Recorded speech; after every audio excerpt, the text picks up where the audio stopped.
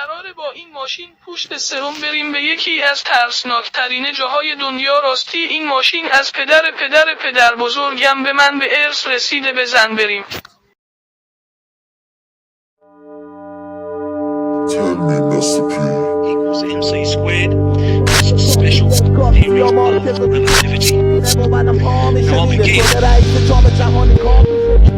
talking about the change in energy defined as رپ کردن مردم فکر میکنن ساده است، دستم میندازم بعدم چک میکنن گاون و من سریالی وارم مارم. اگه داشته باشی کارم و حالا واژه بازی دارم. شم رو شم میکنم مثل شاعر رو میخوابم و به زمین و زمان دید کائناتی دارم. همه فکر میکنن یه مازراتی دارم، بعضی وقت پشت بعضی وقت آمریکای بازم. زندگی شخصیم یه رزمه، یه تصمیم تو لحظه، یه اقیانوس بزرگ بی‌عرشه با ارزه میجنگم تا برسم روبروم. فلش و فرشته پله سکه و یک دل میرم تو وقت خوابم. حرف حساب چیه؟ سر ساعت و سر کار وقتی میگم بهت هرچی بخوای میدم بهت، کاری نکن دیرم شه حال بهت میدم مثل پرتقال پیاسه. نمیدونم پشت سرم کی هستش، شاید دارم با کلماتم میدم بهش بریک. میرم تو استرس با عداد فلش میدم بهم، میرم بهش فرش میام میگم فلش میکنم. ولم نمیکنه سری پا میشم حالمو کارت میکنم انگار کارت میکنم. تو مخش خوشش میاد از این کار بهم میگه هری پاتر کارت درسته. سری ساکت میشم میگم رضا گوش نکن بهش،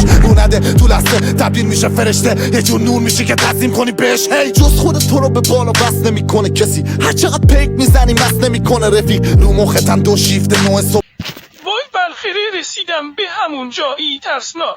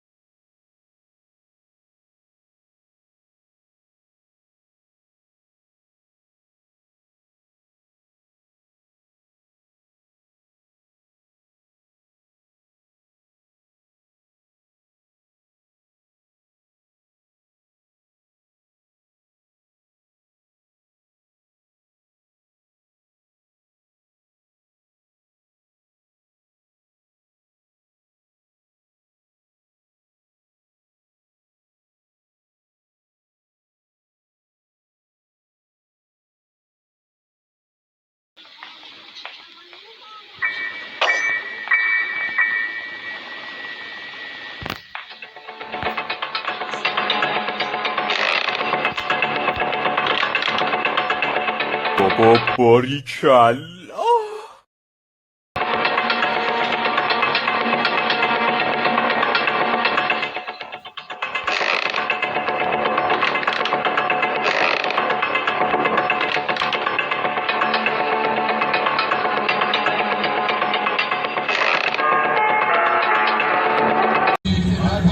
سلام نوکرتم، سبت بخیر قربانت.